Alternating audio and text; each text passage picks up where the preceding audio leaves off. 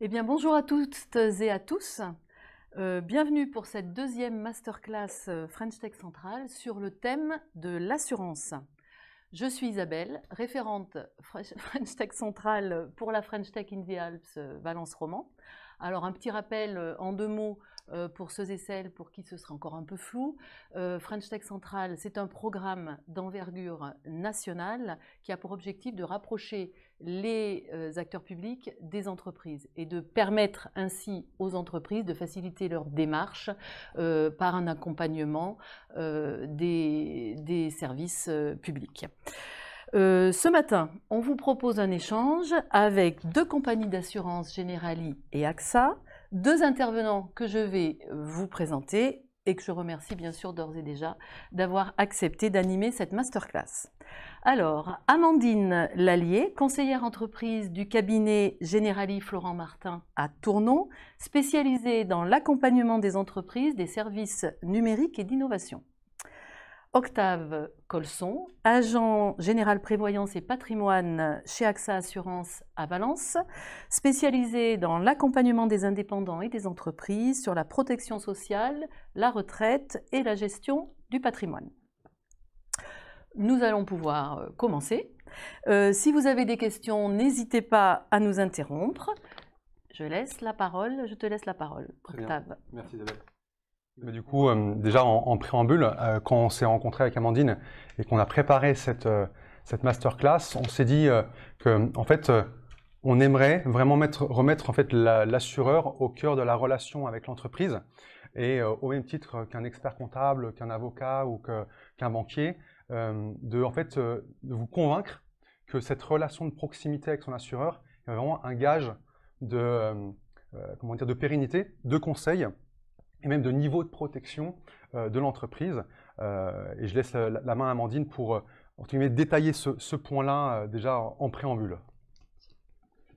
Alors, on vous a fait un joli petit schéma pour exprimer ça. Donc, vous avez verticalement la ligne qui correspond à tout ce qui peut être chiffre d'affaires, nombre de salariés, nombre d'activités, et puis horizontalement la vie de l'entreprise.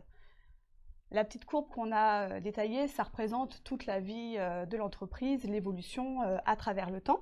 Et en fait, quand vous allez créer votre entreprise, vous allez voir votre assureur, vous allez déterminer un contrat ou plusieurs contrats qui vont correspondre à votre situation au moment de la création. Donc vous allez avoir un niveau d'assurance qui correspond à votre création d'entreprise. Et si vous ne retournez pas voir votre assureur, que vous allez voir uniquement à la création, qu'est-ce qui va se passer? Le niveau d'assurance, lui, va rester le même, alors que votre entreprise, elle va évoluer, bien entendu, dans le temps. Donc, ce que ça va faire, malheureusement, un petit problème d'assurance, c'est-à-dire qu'il va y avoir un écart entre votre niveau de garantie et la réalité des choses. Qu'est-ce qui va se passer concrètement si vous avez un sinistre qui va se passer n'importe quel endroit qui va se situer, que ce soit ici, pardon. Ouais, tu vas l'avoir là. Ici, hop, normalement. Voilà, que ce soit ici ou ici, et ben en fait, l'assureur, qu'est-ce qu'il va faire? Il va regarder le contrat d'assurance et il va vous dire, bah, l'assurance ne correspond pas à votre activité. Donc, plusieurs solutions. Soit il va y avoir ce qu'on appelle une règle proportionnelle, c'est-à-dire que vous allez avoir une réduction de votre indemnisation, soit carrément la garantie, vous ne l'avez pas déclarée, donc ça ne sera pas pris en compte. C'est souvent là où on dit j'ai payé mes cotisations tous les mois, et le jour où ça veut fonctionner, bah, ça ne fonctionne pas ou pas à la hauteur de ce que je voudrais. Exactement, donc c'est ça l'idée, c'est de se dire il faut vraiment créer une relation de confiance avec votre assureur, une relation qui est dans le temps, et contacter régulièrement votre assureur, avoir une vraie relation dans le temps pour pouvoir mettre à jour régulièrement votre contrat et afin d'avoir toujours une garantie optimum. Super. Hop. Du coup, dans cette masterclass, en fait, on l'a divisé en deux grandes parties. Une partie, puisqu'Amandine est vraiment spécialisée sur la partie risque d'entreprise et risque du dirigeant au niveau civil et la protection de l'entreprise et de sa trésorerie. Et pour ma part, on va faire un focus sur la partie plutôt statut, régime obligatoire, optimisation de tous ces éléments-là, puisqu'il faut vous en être convaincu, l'assureur en fait est un spécialiste de l'entreprise. On connaît la partie sociale, fiscale, la partie juridique et la protection. Et on peut vraiment être un partenaire tant dans les solutions, mais aussi dans le conseil au quotidien. Il y a une question dans la salle. Pour savoir par rapport à ce schéma qui est très intéressant, et là dans ce qui est évoqué, c'était l'assuré qui prend contact avec l'assureur. Ça ne peut pas être l'inverse, l'assureur qui voit les fonctions de l'activité et qui pourrait... Tout à fait. En fait, souvent on s'attend, un chef d'entreprise s'attend à ce que l'assureur revienne vers lui. Il y a deux contraintes. La première, c'est que les assureurs souvent ont des gros portefeuilles de clients en gestion et donc vont être souvent pris par toute cette gestion au quotidien. Je pense que c'est du coup à déterminer dans la mise en relation, au début de la relation, de dire, voilà, si vous pensez que vous avez besoin d'un suivi régulier, on se le note, et à ce moment-là, on se l'acte tous les 6 mois, une fois par an. En fait, voilà, c'est ça. C'est-à-dire que l'assureur, lui, il va programmer des rendez-vous, des points téléphoniques régulièrement avec son client. Et le deal, c'est de se dire, s'il se passe des choses entre-temps, le client, il faut qu'il prenne son téléphone et qu'il contacte son assureur pour pouvoir lui prévenir, parce qu'on n'est pas devin et on ne peut pas tout savoir et tout connaître. Du coup, maintenant, si on rentre dans le vif du sujet, sur cette première partie, statut et forme juridique, pourquoi j'ai voulu faire cette partie-là, c'est qu'aujourd'hui, souvent quand on crée son entreprise, on va voir son expert comptable ou un avocat en droit des affaires, il me dit comment je démarre, quelle est la meilleure forme, et souvent on va vous donner une forme qui potentiellement peut être la bonne, sauf qu'on n'imagine pas qu'on peut en changer, qu'on peut évoluer, et que cette forme-là va induire des choix et un niveau de protection sociale différent.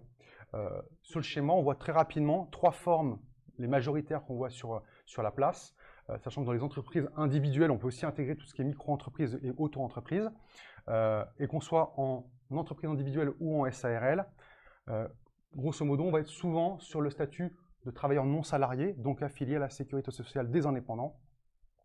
Il y a un cas où on ne le sera pas, c'est si on est gérant minoritaire. Gérant minoritaire, c'est-à-dire qu'on a moins de 50% des parts dans sa SARL, auquel cas on sera en assimilé salarié. Ou alors, il y a une petite différence aussi, c'est que si on est gérant minoritaire, mais qu'on s'associe avec d'autres gérants dans son SARL pour créer une cogérance, on va cumuler les parts sociales de chacun des co-gérants, et si cette cogérance a plus que 50% des parts sociales, à ce moment-là, on sera tous travailleurs salariés. Et enfin, la SAS ou la SASU, où d'office, on est affilié, assimilé salarié. Du coup, si on compare ces deux statuts, d'assimilé salarié ou d'indépendant, souvent ce que j'entends, c'est que le statut salarié est plus couvrant. J'aimerais vous démontrer aujourd'hui que c'est l'inverse. Puisque aujourd'hui, en fait, c'est souvent ce qu'on pense, et c'est un peu une idée reçue. Et c'est pour ça que je voulais vraiment comparer les deux statuts au niveau protection sociale, naturellement j'entends, et au niveau de la sécurité sociale. Donc j'ai détaillé en fait tous les piliers de la sécurité sociale. Le premier, typiquement l'assurance maladie, c'est comment on est couvert en cas quand on va voir le médecin, quand on va à l'hôpital. De fait, la couverture est identique, il n'y a pas de sujet. Et naturellement, comme la sécurité sociale ne couvre pas tout, il y aura mise en place d'une mutuelle, qu'on soit indépendant ou salarié, pour compléter ces niveaux de garantie. Ensuite, c'est la partie prévoyance, qui est souvent assez mal connue, notamment par les salariés. La prévoyance, c'est demain, en cas d'arrêt de travail, qu'est-ce qui se passe pour mes finances? Et comment je peux maintenir des revenus, être indemnisé, parce que je vais rester chez moi, pas pouvoir travailler, et à un moment donné, j'ai quand même une vie à payer à côté. Et pour le coup, cette prévoyance-là, qu'on soit encore une fois salarié ou indépendant, est quasiment identique dans les garanties, dans les niveaux de protection. Le chômage, de fait, quand on est assimilé salarié ou indépendant, donc qu'on soit en SAS ou en SARL, de fait, on ne l'a pas, on n'est pas couvert. On verra tout à l'heure dans la SAS qu'il y a une petite particularité pour quand même être affilié aux maternités. Je vais passer assez rapidement, mais il n'y a pas de différence. Ça a été remanié il y a un petit bout de temps et maintenant on a les mêmes niveaux de garantie. La deuxième différence, ça va être sur la retraite. Effectivement, quand on est indépendant, on cotise moins à la retraite. Donc on aura une moins grosse retraite du régime obligatoire. J'ai mis une chance pour interrogation. En fait, je le pense vraiment que c'est une chance de moins cotiser. Pourquoi? Malheureusement, aujourd'hui, notre système de retraite est un peu comment dire, est compliqué. Les réformes vont arriver sur la table, mais aujourd'hui, quand je cotise 100 € dans mon système de retraite du régime obligatoire, je ne suis pas sûr de les récupérer. D'autant plus qu'il y a de plus en plus de retraités, de moins en moins d'actifs, et que de fait, cotiser à ce système-là va devenir compliqué. Et c'est un peu l'avantage des indépendants qu'il peut avoir là-dessus, c'est qu'ils vont moins cotiser. Effectivement, du coup, on va le voir tout à l'heure, ils vont payer moins de charges sociales au niveau de leur activité, mais ça va être une vraie chance pour pouvoir organiser leur retraite à côté et la diversifier. Une question ? Exact. On va y revenir tout à l'heure. Je vais faire clairement un schéma pour vraiment l'identifier et vous montrer en fait qu'on soit en arrêt maladie ou même en invalidité suite à un accident, en fait, les garanties sont les mêmes. Ce qui va changer, c'est la prévoyance complémentaire qui va être mise en place en face. Et du coup, comme je vous le disais, cotisation plus faible pour les indépendants, et on le voit juste après. J'ai pris un exemple pour une rémunération de 3 000 € net, qu'on soit salarié ou indépendant. Eh ben, un salarié ou assimilé salarié, ça va coûter environ 5 400 €, toutes charges comprises, alors que pour un indépendant, on sera plutôt sur 4 250 €. Donc vous voyez, en fait, d'emblée, il y a une vraie différence et une vraie économie, entre guillemets, de coûts.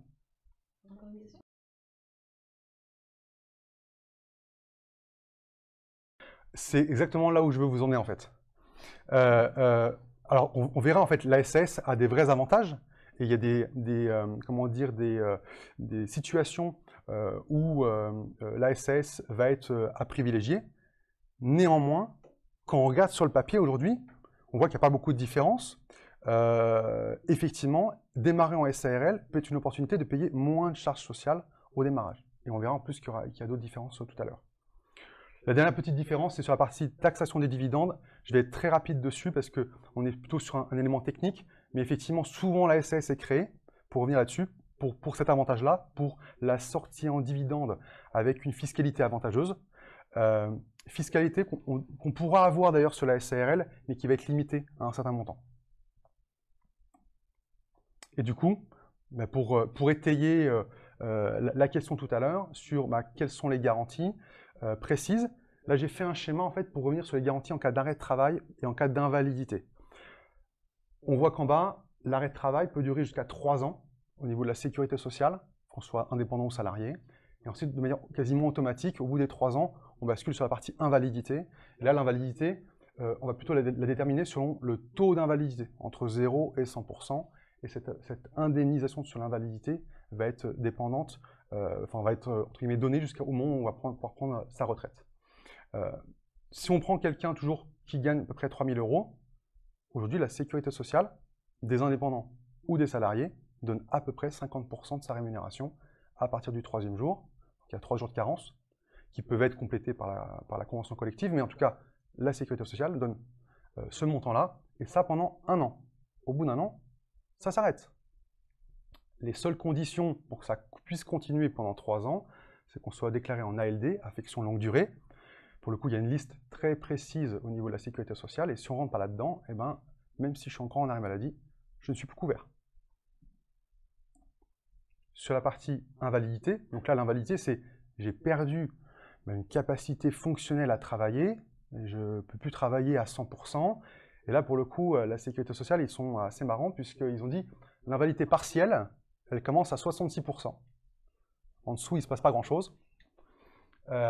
Et quand on est partiellement invalide, donc entre 66 et 99%, on a à peu près 30% de sa rémunération. 30% de sa rémunération, sachant qu'il y a des plafonds, là, les garanties que je vous donne, au bout d'un moment, si on est sur des hautes rémunérations, ça ne marche pas, on n'est plus sur ces plafonds-là, c'est arrêté. Et quand on est à 100%, pour peu qu'on ait fait une Michael Schumacher sur une piste de ski, 100%, ça veut dire que j'ai uniquement 50% de ma rémunération, alors même qu'une invalidité totale, c'est-à-dire que je ne travaille plus, je ne cotise plus à la retraite, donc maintenant j'ai un problème de rémunération au niveau de mon foyer, et j'aurai un problème aussi demain au moment de ma retraite. Face à ça, en fait, grosso modo, il manque en fait pas mal de couverture. Et donc, comment ces couvertures-là vont pouvoir être complétées? Donc pareil là, 2 cas. Le premier cas, c'est pour les salariés ou assimilés salariés, qui vont être couverts par des complémentaires collectives, qui dépendent des conventions collectives, du numéro, du code NAF de l'entreprise. Et ces collectives, grosso modo, pour couvrir, elles ont besoin d'avoir un salaire. Donc s'il y a une fiche de paye, on va pouvoir mettre en place une collective en place là-dessus, et ça va venir compléter et uniquement garantir quand la sécurité sociale garantit.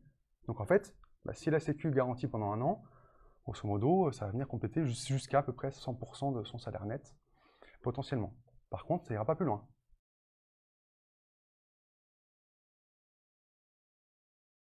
Et du coup, il ne sera pas garanti. Vu qu'il n'a pas de salaire, il n'a pas de fiche de paye, une complémentaire collective prévoyance est un pourcentage, un niveau de couverture par rapport à son salaire. Et donc, on le verra tout à l'heure, en fait, c'est un cas où dans la SAS, il n'y a pas de protection sociale. On démarre au chômage.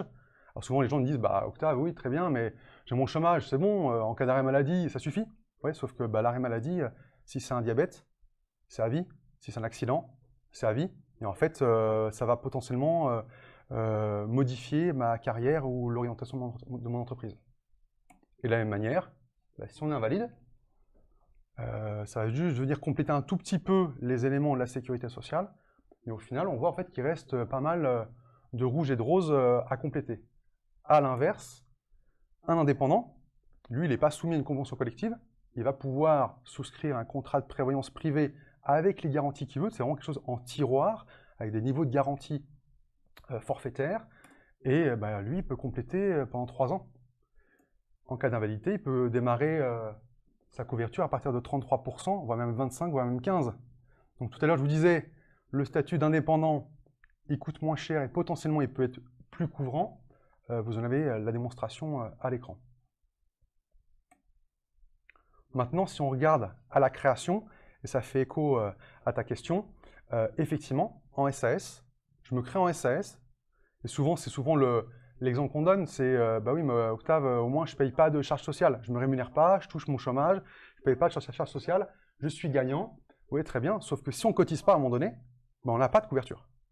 Et j'ai d'ailleurs l'exemple en tête d'une entreprise qui s'est créée, la dirigeante touchait son chômage, au bout de 2 ans, plus de chômage, sauf qu'elle n'avait pas suffisamment de trésorerie pour se rémunérer, la boîte n'avait pas encore commencé à démarrer, et du coup, elle ne se rémunérait pas, plus de chômage, et donc du coup, en fait, pas de protection, ni de cotisation pour commencer à accumuler des trimestres pour la retraite.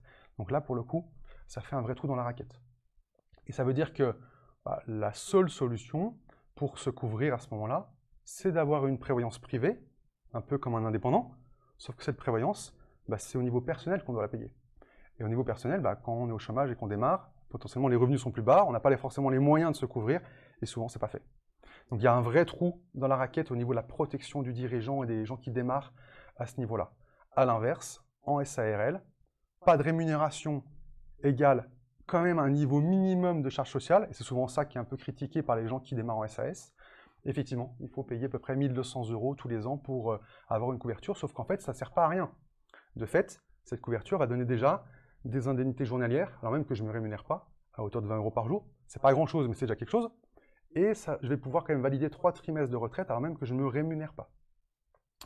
Et pour le coup, je vais pouvoir souscrire aussi une prévoyance pour me couvrir, mais cette prévoyance, comme je suis indépendant, elle va pouvoir être prise en charge par l'entreprise. Donc moi, je n'ai pas de charge à titre personnel, mais au moins l'entreprise me protège. Et ensuite, une fois que j'ai créé mon entreprise, on va avoir potentiellement des éléments pour optimiser ce statut-là. Typiquement là, si on démarre en SAS, potentiellement si je démarre en SAS, je prends le dernier point et que je me dis, en fait la SAS n'est pas adaptée. Clairement, la SAS, aujourd'hui, elle est souvent utilisée quand on veut faire rentrer des associés. Donc, typiquement, quand on est sur une entreprise de technologie, on se dit que dans 2 ans, on fait un appel de fonds, on veut se financer par des investisseurs. Effectivement, la SAS est la plus à privilégier, puisqu'on peut faire vendre une action et l'acheter très facilement. La gestion d'une SAS est beaucoup plus simple. Mais, du coup, si jamais ce n'est pas le cas, que je me dis qu'en fait, j'étais en SAS, mais qu'on va rester là 2 ou 3 associés, qu'on va rester stable, pourquoi pas basculer en SARL. Clairement, il y a un coût qui est assez minime, puisqu'en fait, en 2-3 mois, c'est absorbé par l'économie de charge qu'on fait sur les salaires. Donc, ça peut être une solution. Je reviens au premier point, qui est intéressant parce qu'en fait, il est souvent très mal connu. Donc là, on revient un peu à la création, mais quand on se crée en SAS, il y a deux options fiscales. Alors là, pour le coup, on va rentrer un peu dans la technique, donc je voulais dessiner un peu des choses, mais on peut créer une SAS à l'impôt sur le revenu. Alors qu'aujourd'hui, on démarre souvent d'ailleurs à l'impôt sur les sociétés au niveau fiscal. Donc, une société, grosso modo, on va faire du chiffre d'affaires. D'accord? On va faire du chiffre d'affaires, on aura des charges, et ensuite, ce qui reste à la fin, il va rester un résultat. Ce résultat, j'écris extrêmement mal, mais c'est pas grave, hein, mais ce résultat, on comprendra, hein, parce que je l'ai dit en même temps que j'écrivais, ce résultat, du coup, j'ai deux manières fiscales de le traiter. Soit je suis à l'impôt sur les sociétés, ce que tout le monde fait, et du coup, ce résultat, il va être taxé à 15% ou à 25% en fonction de mon résultat. Et là, pour le coup, c'est l'entreprise qui paye cet impôt sur les sociétés. Point. D'accord? Si je me mets à l'impôt fiscal, à l'impôt sur le revenu, ce résultat va être considéré en fait comme un revenu qui va rentrer dans ma déclaration d'impôt, tout simplement. Ce revenu va être souvent un BIC, un bénéfice industriel et commercial.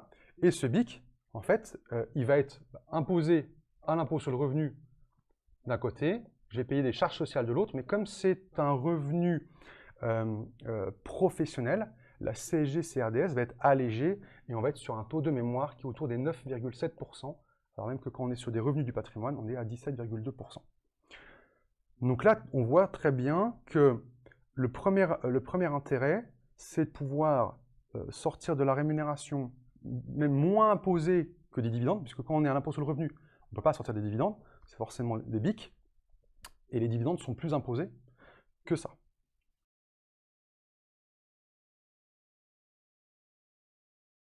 Donc c'est pour ça que là, c'est au niveau personnel qu'il faut voir la situation.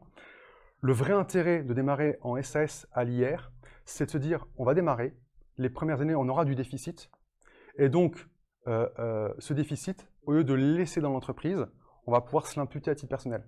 Et là, pour le coup, c'est plutôt ça l'intérêt. C'est de dire, à un moment donné, si j'ai du déficit, je vais créer du déficit que je vais pouvoir imputer sur ma rémunération personnelle. Du coup, je vais payer moins d'impôts, même que je suis en démarrage.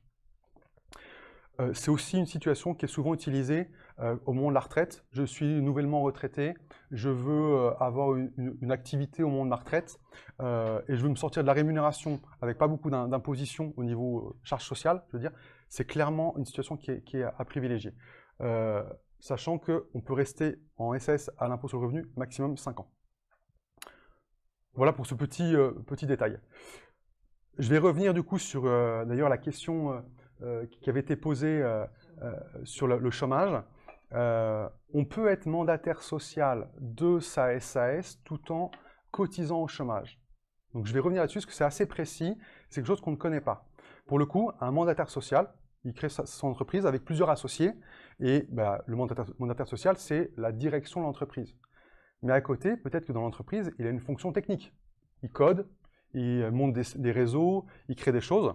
Et pour le coup, quand il y a une fonction qui est vraiment technique, on va pouvoir dissocier les deux métiers, avoir deux fiches de paye, une paye de mandataire social, potentiellement je peux ne pas me rémunérer, et une fiche de paye en tant que technicien dans l'entreprise.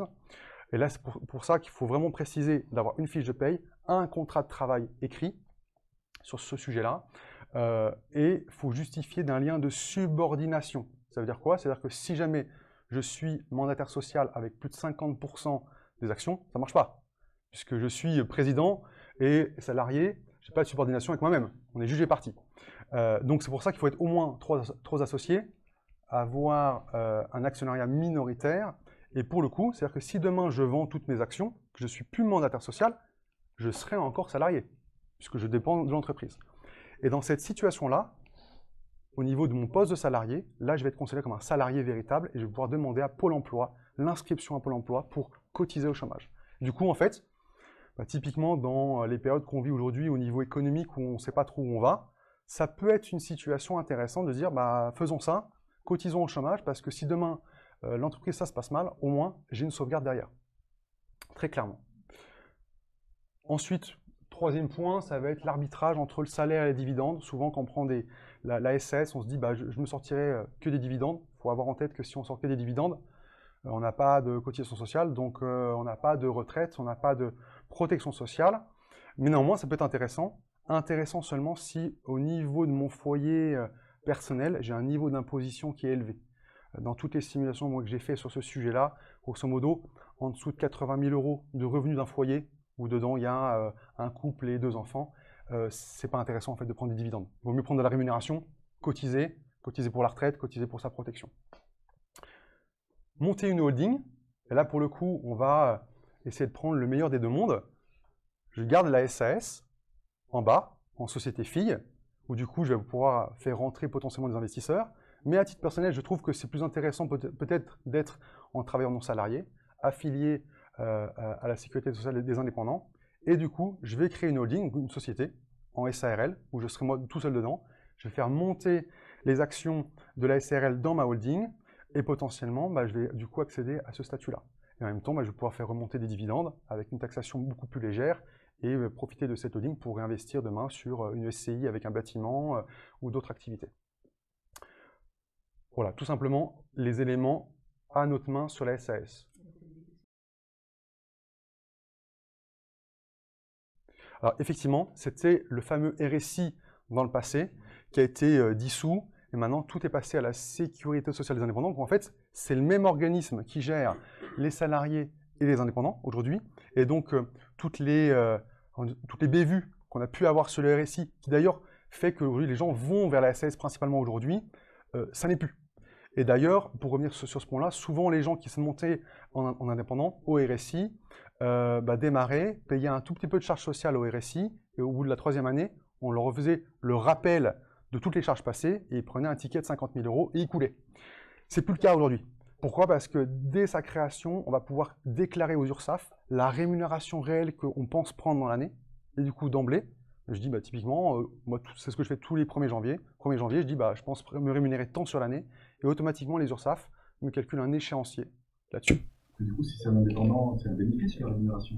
Donc on estime un bénéfice. Et on estime une rémunération ou un bénéfice, effectivement. Tout dépend si on est indépendant, entreprise individuelle en BNC ou en BIC, donc un impôt sur le revenu, ou en SARL. En SARL, c'est plutôt une rémunération de gérance.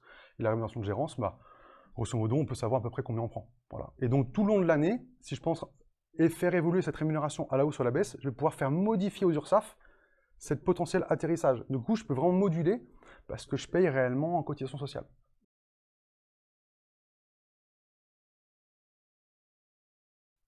Alors oui, le régime agricole, c'est la MSA. Les garanties sont peu ou prou ressemblantes par rapport au régime des salariés ou des indépendants. C'est juste que dans ce régime-là, ils ne peuvent pas souscrire de prévoyance payée par l'entreprise. Par contre, ils peuvent être en bénéfice agricole, donc impôt sur le revenu, ou en société agricole, impôt sur les sociétés. Donc les fonctionnements et ce qu'on vient de dire aujourd'hui fonctionnent peu ou prou de la même manière. Voilà. Sur la SARL, on va retrouver grosso modo à peu près les mêmes niveaux d'optimisation qu'on a trouvé sur la SAS. Un montage en holding. Donc là, potentiellement, j'étais en SARL en bas, je veux créer une holding. Cette holding peut être en SARL ou en SAS. Il peut y avoir des avantages à créer l'un ou l'autre. Créer une cogérance, on l'a vu tout au début. Je suis gérant minoritaire de ma SARL avec d'autres associés. On monte une cogérance ensemble pour avoir tous le statut d'indépendant dans cette SARL. L'arbitrage, de la même façon, entre la rémunération et les dividendes. Ça, on l'aura aussi, et on verra qu'on pourra, optimiser ça. Et c'est le dernier point, puisqu'on peut prendre en dividende sur une SARL, avec la même fiscalité qu'une SAS, une part qui est limitée en fait à 10% de son capital social additionné à son compte courant d'associé. C'est-à-dire que si à un moment donné, j'ai un capital social de 10 000 € et que j'ai un compte courant d'associé de 10 000 € aussi, le compte courant d'associé étant de l'argent que moi j'ai mis à titre personnel dans l'entreprise. J'ai fait un prêt à l'entreprise d'argent, ça fera 20 000 € et du coup je vais pouvoir prendre 2 000 € de dividendes avec la même fiscalité que la SAS, donc avec 30% de flat tax. Au-delà, on va être sur en fait, les dividendes vont être considérés comme de la rémunération et donc on sera chargé socialement dessus. Donc c'est pour ça que plus on va augmenter ce capital social et ce compte courant d'associés, plus on pourra sortir des dividendes avec une flat tax intéressante. Et enfin, dernier petit point que je ne vais pas détailler aujourd'hui, mais qui est souvent intéressant quand on démarre, c'est qu'on démarre souvent en micro ou en auto-entreprise. À un moment donné, on se dit à quel moment je bascule au réel, à quel moment c'est intéressant d'être en entreprise individuelle ou en société.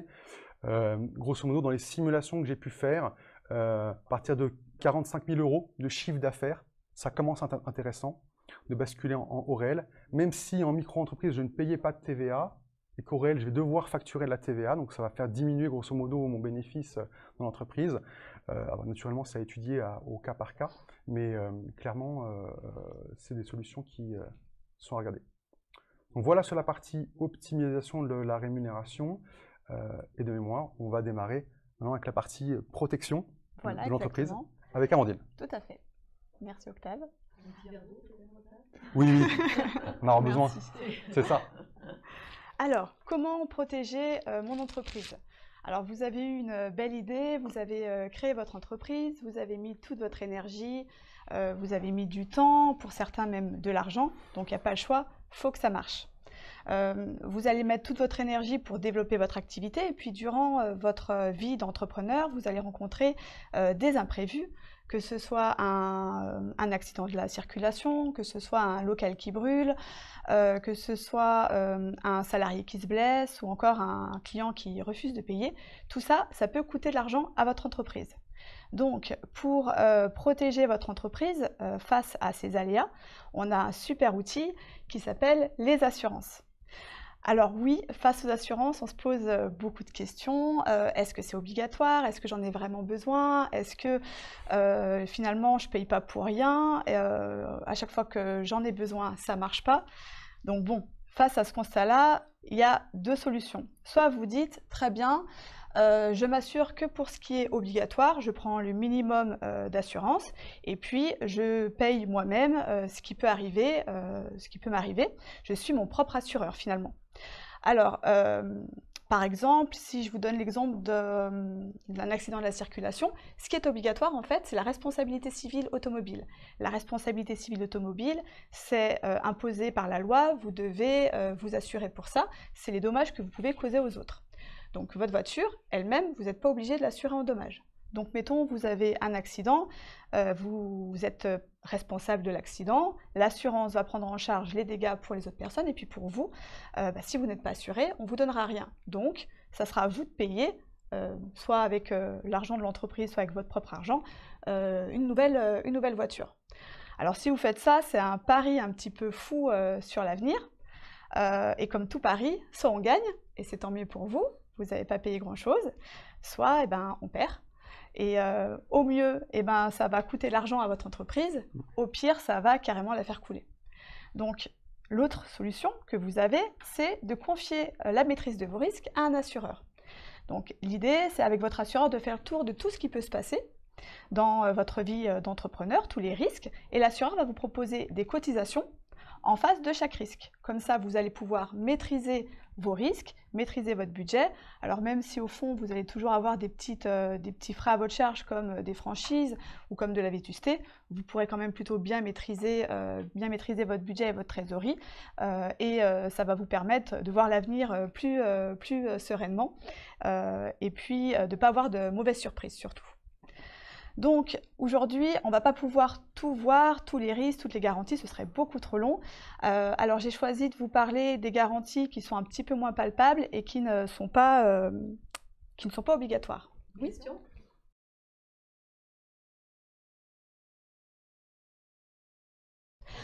Alors, en réalité, dans les contrats d'assurance automobile, vous avez l'utilisation qui est importante, effectivement. Soit vous avez une utilisation personnelle de votre véhicule.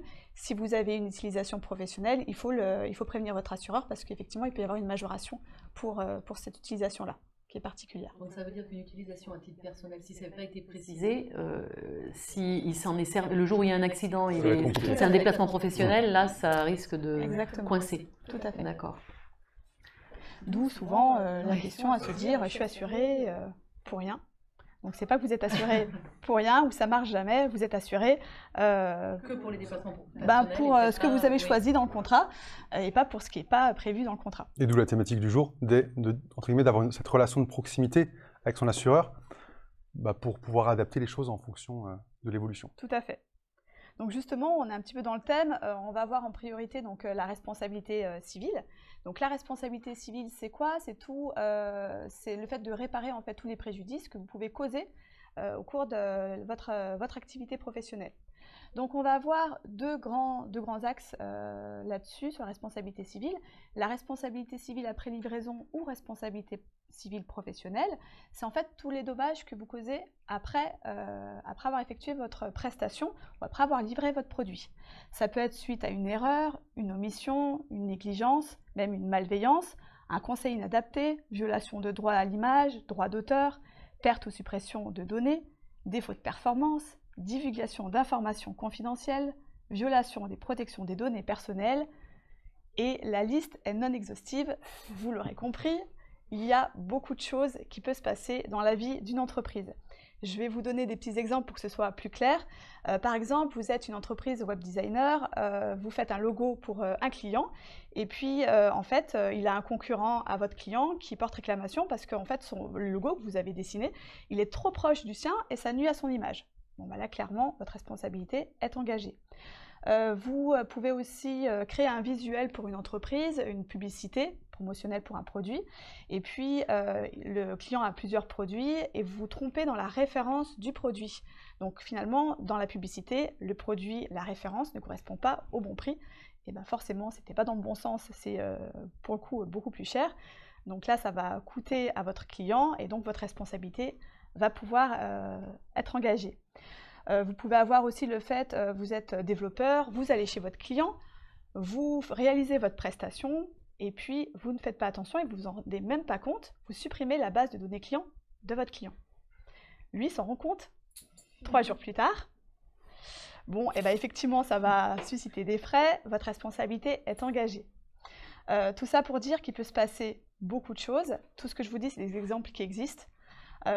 Et puis ça peut forcément coûter quelques milliers d'euros et ça peut coûter plusieurs centaines de milliers d'euros. Ça peut couler l'entreprise. Ça peut aller jusqu'à se couler l'entreprise. Je vais vous donner un exemple d'un cas. Donc c'est une entreprise qui est programmateur des machines pour les jeux concours. Vous savez, dans les supermarchés, les petites machines, vous allez à la caisse, on vous donne un petit jeton, et puis quand vous sortez, vous mettez votre petit jeton et on voit si vous avez gagné quelque chose. Eh bien, l'entreprise, normalement, devait faire gagner une voiture et puis des bons d'achat à dépenser dans le magasin. Le programmateur s'est trompé et a mal programmé, ce qui a fait qu'il y a à peu près quelque chose comme un client sur 10 qui a gagné une voiture. C'est génial. Alors les clients, ils étaient super contents. Le magasin, beaucoup moins, vous l'imaginez. Et donc ça, clairement, ça a coûté énormément d'argent à l'assureur. On aimerait avoir des programmateurs aussi doués ouais. à chaque fois. Exactement, ça a fait le bonheur des clients, mais finalement pas du client et surtout pas de l'assurance. L'autre cas qu'on va avoir, c'est la responsabilité avant livraison, ou RC, responsabilité civile exploitation. Donc là, c'est tous les dommages que vous pouvez causer pendant votre activité. Donc que ce soit à des clients, des tiers, des salariés, à l'intérieur ou à l'extérieur des locaux. Je vais encore vous donner plusieurs exemples. Exemple que tout le monde connaît, vous avez un magasin, le sol est mouillé, le client il arrive, il glisse, paf, vous êtes responsable. Vous avez mal fixé un luminaire ou une enseigne, ça tombe sur votre client ou ça tombe sur un de vos salariés, vous êtes responsable. On vous confie un ordinateur. L'ordinateur pour faire une prestation dessus. Vous le mettez sur le bord de votre bureau, et puis là, vous avez un salarié qui passe avec son petit sac à dos, hop, il se retourne, il accroche l'ordinateur par terre. Vous êtes responsable. Un jour comme aujourd'hui, vous faites un petit pitch dans les locaux du Moulin du Digital, et puis en partant, vous prenez les pieds dans les fils, dans les trépieds, vous faites tomber les caméras. Bon, voilà, c'est votre responsabilité qui va pouvoir être engagée. D'autres exemples aussi, bien sûr, l'accident du travail. Vous avez un salarié qui se blesse au travail, vous n'avez pas mis toutes les sécurités en place. Vous êtes responsable, c'est ce qu'on appelle la faute inexcusable de l'employeur. Et je vais même aller au-delà. même si c'est l'employeur qui n'a pas respecté, vous avez mis toutes les mesures de protection et c'est l'employé lui-même qui n'a pas respecté les obligations ou qui les a retirées, qui n'a pas mis en place, vous êtes responsable quand même parce que vous avez une obligation de moyens, de résultats. Donc non seulement vous devez vous assurer que votre salarié exerce en toute sécurité, et en plus vous devez vous assurer que ce soit respecté. Donc quand on voit tout ça, on se dit l'étendue, elle est énorme. Il y a beaucoup de choses qui peuvent se passer. Dans la vie, c'est très large. Quand vous êtes un dirigeant, vous devez être un bon dirigeant, un bon commercial, un bon gestionnaire, un bon manager. Vous devez connaître toutes les lois et vous devez respecter toutes les obligations. C'est pour encourager les gens à créer une entreprise. À créer une entreprise, exactement. Il faut en avoir un petit peu conscience quand même. Mais c'est vrai que souvent, quand on crée une entreprise, on a une bonne idée. On est entre amis ou que sais-je, on se dit chouette, on va la développer, mais on ne se rend même pas compte en fait du niveau de responsabilité que ça demande Tout à fait. et du coup du niveau de couverture qu'il faudrait avoir. Exactement.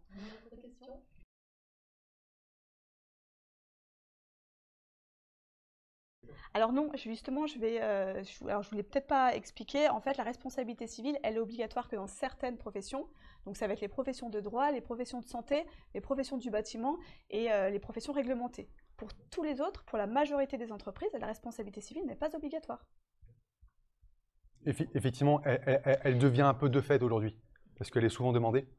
Et que de fait, comme on voit, effectivement, les gens, elle est plutôt fortement conseillée parce qu'il peut se passer beaucoup de choses. Vous ne maîtrisez pas déjà vous-même ce que vous ne pouvez pas tout maîtriser et vous ne pouvez pas maîtriser non plus ce que vos salariés font. Donc, dans tous les cas, on voit vraiment l'importance de s'assurer.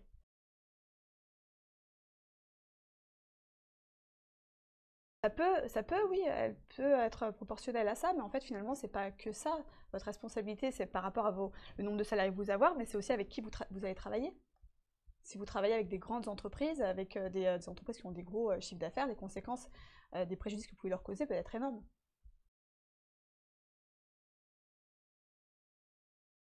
Alors, quand on est en sous-traitance, le contrat de responsabilité civile va prendre en charge pour vos sous-traitants, si c'est vous qui prenez quelqu'un en sous-traitant.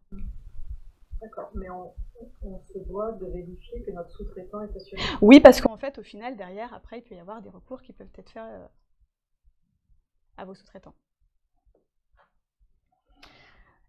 Encore faut-il, du coup, bien s'assurer, et c'est ce qu'on va voir aujourd'hui aussi. Beaucoup d'entreprises, en fait, souscrivent une assurance en 3 clics en se disant « Bon, ok, il faut une assurance, donc je souscris une assurance », sans se poser plus de questions que ça. Finalement, il y a quand même pas mal de choses à vérifier pour pouvoir être bien assuré, sinon on va se retrouver dans le cas qu'on expliquait tout à l'heure. Je ne comprends pas, je m'assure, et quand j'ai besoin, l'assurance ne fonctionne pas. La première chose qui est très importante, c'est les activités déclarées. C'est la première clause d'exclusion dans un contrat de responsabilité civile. Votre responsabilité civile, on couvre à partir du moment où l'activité est déclarée à votre contrat. Donc si vous avez une entreprise, vous créez une entreprise un peu unique, qui est un peu particulière, et finalement, elle rentre dans aucune des cases quand vous faites vos recherches pour vous assurer en responsabilité civile. Vous pouvez vous dire, bon, bah, c'est pas grave, je vais choisir une activité qui ressemble à ce que je fais. Bah, le jour où vous avez un sinistre, potentiellement, l'assurance peut vous dire, non, c'est pas votre activité, on va pas couvrir. Il faut échanger avec votre assureur parce qu'on peut prévoir des contrats sur mesure et du coup, écrire vraiment et mettre au contrat vraiment votre activité que vous faites vous.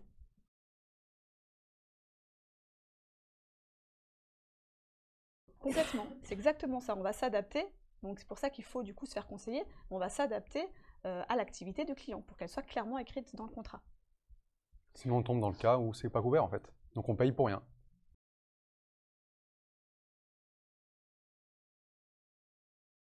Vous pouvez effectivement avoir plusieurs activités. Vous pouvez avoir, par exemple, vous êtes un concepteur web, vous pouvez faire de la maintenance informatique, vous pouvez créer du contenu sur les réseaux, faire de la formation et même faire autre chose qui a complètement rien à voir. Si vous vous dites, je m'assure que pour le risque principal, c'est-à-dire je m'assure que pour mon activité principale et vous assurez pas pour le reste, si jamais vous avez un litige, un sinistre qui porte sur une autre de vos activités, vous ne serez pas couvert. Donc oui, il faut garantir, il faut mettre au contrat toutes vos activités. Il faut bien faire attention à ça, c'est super important, sinon vous serez pas couvert. Donc après, c'est à l'assureur de voir si lui va faire un contrat ou plusieurs contrats. Entre guillemets, c'est pas votre problème à vous. Vous dites tout ce que vous faites et l'assureur, il vous fera une proposition en fonction de vos activités. Encore une autre situation, votre entreprise aussi peut évoluer dans le temps. Donc vous pouvez très bien vous assurer aujourd'hui puisque vous faites cette activité-là, et puis demain, vous décidez, parce que vous avez de la demande, de faire une autre activité. Par exemple, vous créez une activité de mise en relation, vous créez une application de mise en relation, alors que ce soit mise en relation qui mette en relation des cavaliers avec des sites d'hébergement, ou que ce soit des utilisateurs de camping-car avec des hôtels, par exemple. Vous faites ça, très bien, vous assurez, ça marche. Et puis à un moment donné, il y a par exemple votre application cartonne, donc vous avez des entreprises qui fabriquent des équipements pour les cavaliers qui vont venir vous voir et qui vont dire votre application elle cartonne, moi j'aimerais bien faire un partenariat avec vous, est-ce que vous pouvez vendre sur votre site nos produits?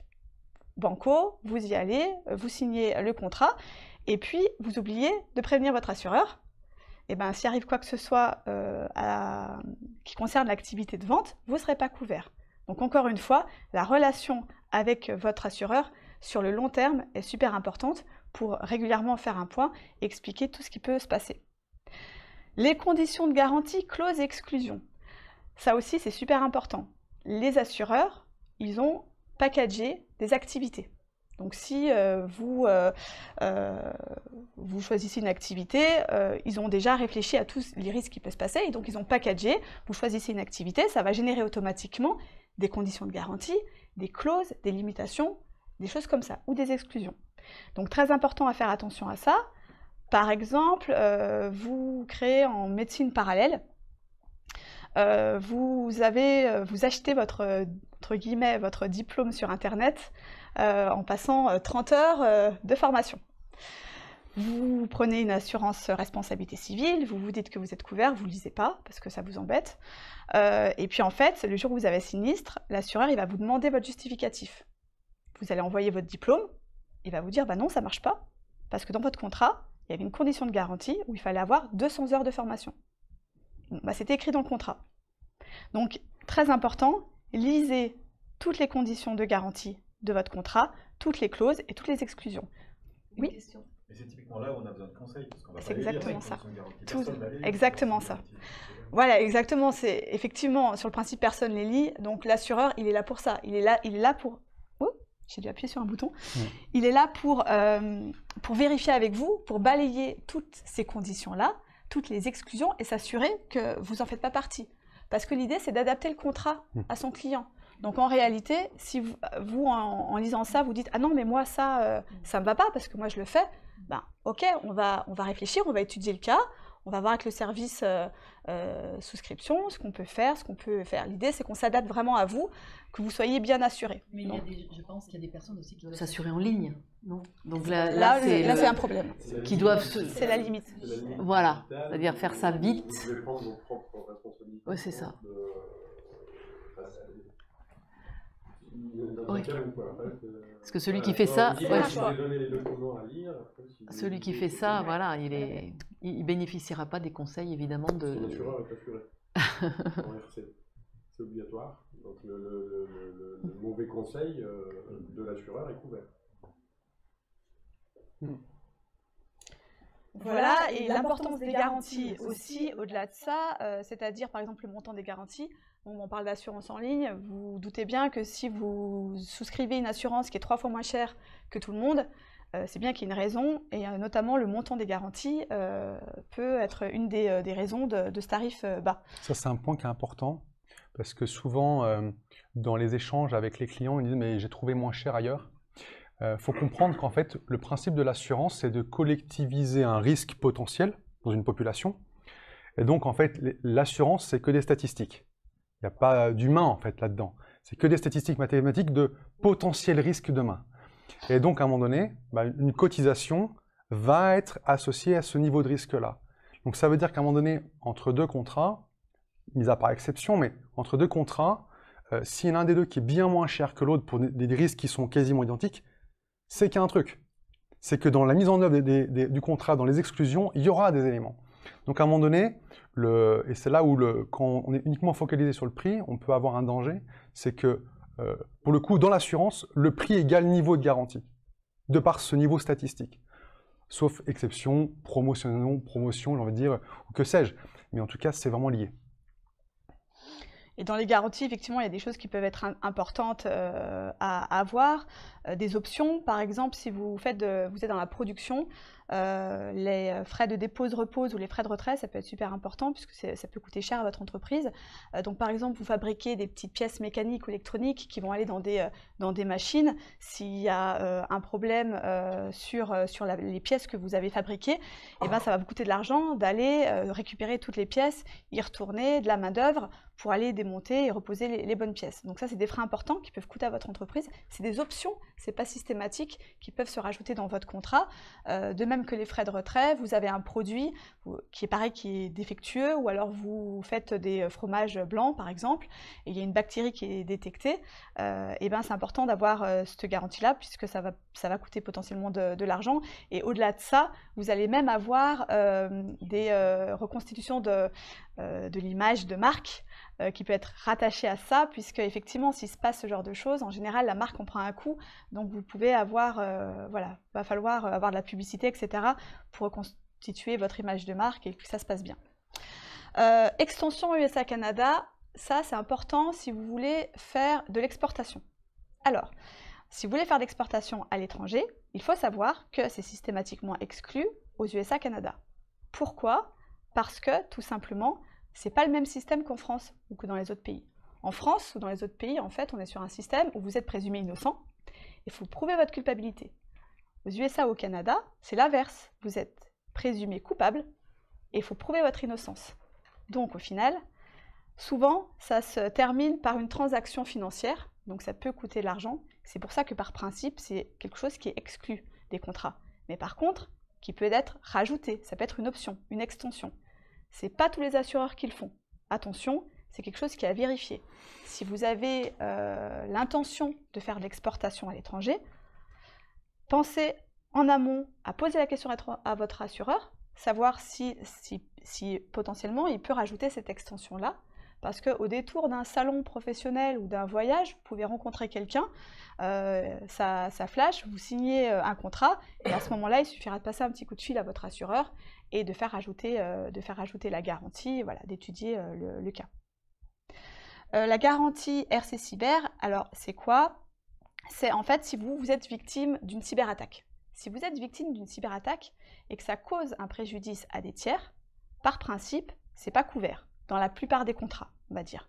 C'est pas couvert, vous avez certains assureurs qui le proposent et pour certaines activités. C'est pas pour toutes les activités non plus. Quels sont les risques? En vous donnant deux exemples. Par exemple, vous avez vous faites hacker, vous subissez une attaque informatique et puis vous vous en rendez pas compte parce que ça peut être des fois silencieux, il peut rester longtemps dans votre système informatique et puis vous vous en rendez pas compte, vous le transmettez à un de vos clients et lui il se fait tout bloquer ses données. C'est vous qui êtes responsable, parce que c'est vous qui lui avez transmis effectivement le virus en quelque sorte, et donc ça peut engager votre responsabilité, mais votre contrat n'est pas obligé de couvrir si vous n'avez pas la garantie. De même, si vous faites hacker votre système informatique et qu'on vole des données de vos clients, soit des données bancaires ou d'autres données, vous êtes responsable. Donc, pas de panique par rapport à ça, soit la garantie, vous pouvez l'avoir auprès de votre assureur, soit il y a carrément des contrats qui existent à part, c'est des contrats qui s'appellent protection numérique ou contrat cyber-risque, qui permettent d'assurer votre responsabilité civile dans ces conditions-là, et qui va même d'ailleurs au-delà, puisque vous pouvez également vous assurer, vous, en dommages, pour éventuellement la perte d'exploitation que vous pouvez avoir suite à cette attaque. Alors, protéger votre entreprise, on vient de le voir avec la responsabilité civile, vous pouvez compléter la protection de votre entreprise par la protection juridique. Pourquoi? Parce que la responsabilité civile, comme on l'a vu, on intervient à partir du moment où il y a un préjudice chiffré, où il y a un fait dommageable. Si vous avez une réclamation et qu'il n'y a pas de préjudice, la responsabilité civile ne marchera pas. Donc si vous avez besoin, vous souhaitez qu'on prenne en charge les frais de défense, il faudra avoir en complément une protection juridique. Par exemple, vous avez un litige avec un fournisseur, vous n'êtes pas d'accord sur le prix, que vous étiez mis d'accord, il y a un litige, ça va être la protection juridique. Vous avez créé un site internet pour un de vos clients, lui il pensait qu'il allait avoir plein de clics, que ça allait être super, qu'il allait développer son business, et puis en fait non, c'est pas vraiment ça, mais finalement il n'a pas de préjudice, puisque vous, c'était la création de site tout simplement, vous n'aviez pas d'obligation de résultat. Donc là on est sur un litige sans préjudice, ça va être de la protection juridique. Vous avez un litige avec votre bailleur, parce qu'il doit faire des travaux qui lui incombent, et il ne veut pas les faire. Ça peut être aussi avec un salarié, dans un licenciement qui se passe mal. Tous ces risques-là, la responsabilité civile ne fonctionnera pas si vous souhaitez qu'un contrat d'assurance prenne en charge les frais de défense. Ça va être la protection juridique. Donc ça va venir pour prendre en charge tous les frais de défense, que ce soit de l'avocat, des expertises liées à tous ces litiges-là. C'est souvent utilisé en fait parce que souvent le dirigeant il n'est pas un spécialiste du droit. Et des fois, il n'a pas le temps, il est consacré à son activité. L'objectif, c'est quand même pas de donner du temps à ce genre de choses. Pour le coup, un client qui ne paye pas, ou comme tu l'as dit, un souci avec son bailleur, eh ben, l'avantage de ça, c'est qu'on va pouvoir du coup déléguer cette gestion-là à des avocats et à des gens. Et de l'argent aussi, parce qu'effectivement, ça peut quand même vite coûter cher, même si vous n'êtes pas responsable, va bien falloir vous défendre. Donc ça vous coûte de l'argent et du temps, effectivement.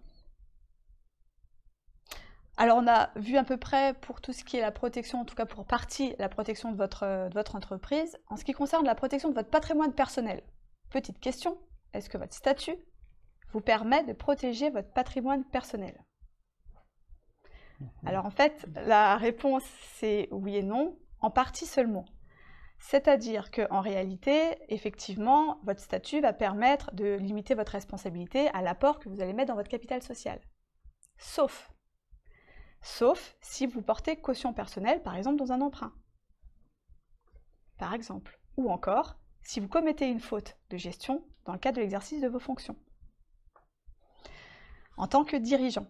Donc c'est là ce qu'on va voir. Face à ce risque-là, on a un contrat d'assurance qui s'appelle la responsabilité civile des mandataires sociaux. Alors d'abord, qui sont les mandataires sociaux? Les mandataires sociaux, c'est tous les dirigeants de fait, toutes les personnes qui ont accepté un mandat social. Donc que ce soit un président, un directeur général, un gérant, un trésorier ou un membre du bureau pour une association, vous êtes dirigeant de droit. Ça peut être également dirigeant de fait. Dirigeant de fait, c'est toute personne qui n'est pas investie par les statuts, mais qui exerce, vraiment un pouvoir, un contrôle constant et effectif au sein de l'entreprise ou au sein de l'association. Un directeur commercial, un cadre dirigeant ou un comptable peut être qualifié de dirigeant de fait. Donc, qui souscrit? Là, c'est un peu particulier puisqu'en fait, c'est l'entreprise, personne morale, qui va souscrire un contrat responsabilité civile des mandataires sociaux pour couvrir les dirigeants, personnes physiques, de son entreprise et même de ses filiales. Si l'entreprise a plusieurs filiales, elle va prendre un contrat qui va couvrir tous ses dirigeants de toutes ses filiales. Donc ça peut être intéressant pour elle. Quand ça intervient, quand est-ce qu'on a besoin? Et bien en fait, à partir du moment où il y a une infraction aux lois ou une infraction au règlement, votre responsabilité personnelle peut être engagée. Que ce soit en matière de sécurité, d'hygiène, d'environnement, c'est votre responsabilité personnelle qui peut être recherchée. En cas de violation des statuts, par exemple, vous prenez une décision, par exemple, vous faites un emprunt et vous n'en parlez pas à vos associés, vous violez les statuts parce que c'était prévu comme ça, et toutes les autres décisions que vous pouvez prendre sans l'accord des autres personnes. Faute de gestion, exemple en action de comblement de passif, en fait c'est toutes les fautes de gestion que vous pouvez commettre et qui peuvent après impliquer la liquidation de votre entreprise.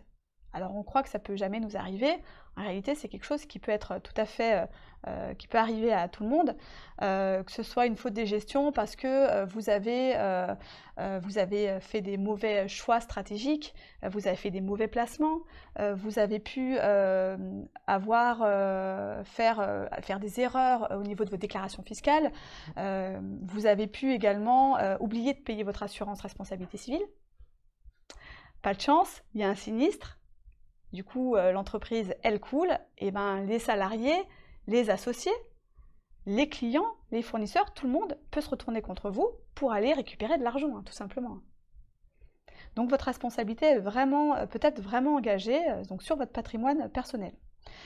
Qu'est-ce que ce contrat-là va couvrir? Ça ne va pas tout couvrir. Ça va couvrir les frais de défense, que vous soyez au civil ou au pénal. Par contre, ça va couvrir les dommages et intérêts uniquement au civil. Si vous commettez une infraction à la loi, ce sera déjà pas mal, on va payer les frais de défense. Par contre, on ne paiera pas les amendes qui en découlent. Voilà, je ne sais pas s'il y a des questions, pas de questions particulières. La différence par rapport à la RC de l'entreprise? Alors justement, on y vient juste après pour éclaircir tout ça.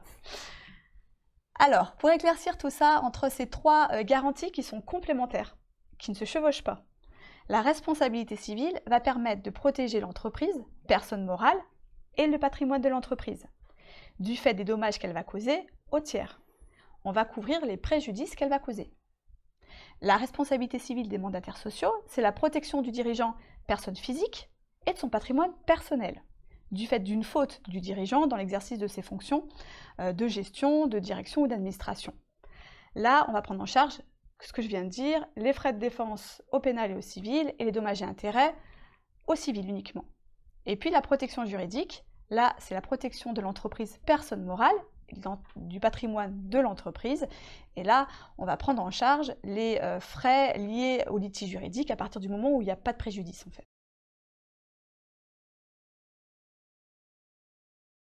Au titre de la responsabilité civile des mandataires sociaux, oui, vous pouvez tout à fait voir votre responsabilité personnelle engagée. Vous pouvez être engagé, vous avez signé, vous êtes trésorière, vous avez signé un mandat, et donc du coup, vous pouvez être responsable si c'est vous qui avez causé une faute. Toujours pareil, hein. Il faut avoir commis une faute. Du coup, y compris sur ses biens personnels. Tout à fait, y compris sur ses biens personnels. Tout en étant bénévole. Tout en étant bénévole, exactement. Ça peut être couvert dans la RC. Pardon? Il y a des RC associations qui couvrent, il y a un petit volet responsabilité civile des mandataires sociaux parfois. Oui, après ça faut voir effectivement dans les contrats des assureurs, toujours pareil, pour voir ce qui peut être pris en charge. Oui, tout à fait. Après, il faut pondérer. C'est-à-dire que si la sauce est bien gérée et qu'il n'y a pas des enjeux énormes, j'ai envie de dire, c'est là où on arrive à la limite. L'assurance, est-ce qu'elle est utile? On peut se poser la question, clairement. Et c'est là où, du coup, c'est cette relation avec l'assureur, où l'assureur, il n'est pas là pour vendre à tout prix quelque chose, il est vraiment pour conseiller, accompagner, et voir le niveau de risque et d'enjeu par rapport à l'intérêt de souscrire à quelque chose. L'intérêt, dans tous les cas, c'est de se faire accompagner pour vraiment essayer de comprendre les vrais risques de l'entreprise et puis de proposer des solutions qui vont être vraiment adaptées à l'entreprise et à sa situation personnelle, qui ne sera pas la même pour tout le monde. Voilà, cas de la levée de fonds, alors on voulait en parler rapidement, pas s'étaler là-dessus, c'est un autre sujet. L'idée c'est de se dire, en cas de levée de fonds, vous allez devoir séduire effectivement des investisseurs, donc il faut que vous mettiez toutes les chances de votre côté, et les assurances, ça peut être un gage, c'est un gage de sécurité pour vos investisseurs. Et ça peut d'ailleurs, ça l'est souvent, demandé par les investisseurs eux-mêmes, ils vont vous demander bien sûr d'être assuré au minimum en responsabilité civile, voire en responsabilité civile des mandataires sociaux et d'autres assurances pour se protéger en fait eux-mêmes. À partir du moment où ils investissent de l'argent dans votre entreprise, il faut que vous mettez en place toutes les sécurités pour pas qu'il se passe quoi que ce soit et qu'ils en mettent de l'argent personnel ou que l'entreprise coule. Je sais pas si tu as rajouté. Non, en fait, typiquement, quand une entreprise dépend d'un dirigeant ou d'un salarié qui effectue beaucoup de chiffre d'affaires ou qui a une technologie qui est particulière, du coup, c'est entre guillemets, on va appeler ça un homme clé dans l'entreprise. Et du coup, le chiffre d'affaires dépend de cette personne-là. Forcément, un investisseur, qu'il soit banquier ou extérieur, ce qu'il veut s'assurer, c'est que cette personne-là, elle reste, ou du moins si elle a un souci, que le chiffre d'affaires ou que l'économie de l'entreprise ne fonde pas. Donc effectivement, on vous a listé la liste des solutions qui peuvent être intéressantes à couvrir. On pourrait en parler longtemps, mais effectivement, il faut forcément habiller la mariée afin de la marier à un financier.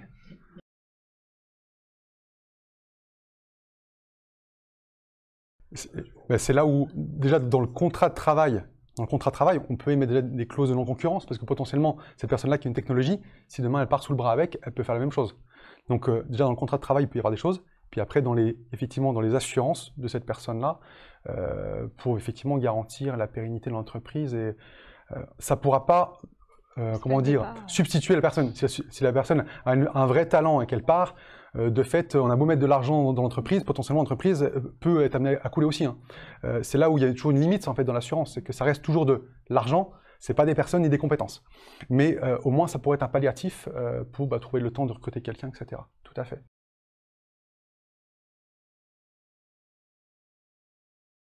Maintenant, en fait souvent l'assureur, on l'appelle quand la boîte est créée, quand tout est fait, ah mais il me faut une ERC, ah mais il me faut une mutuelle, du coup qu'est-ce que vous pouvez faire? Alors qu'en fait, c'est un peu l'objet de notre intervention aujourd'hui, c'est de se dire à un moment donné, c'est clairement dès le départ, au moment des idées, parce qu'on pourra accompagner sur les niveaux d'assurance, potentiellement le statut. On a vu tout à l'heure que on est aussi des experts de la partie protection sociale en tant qu'assureur, on connaît ces éléments-là, et on va peut-être pouvoir apporter un éclairage différent et complémentaire des autres conseils de l'entreprise.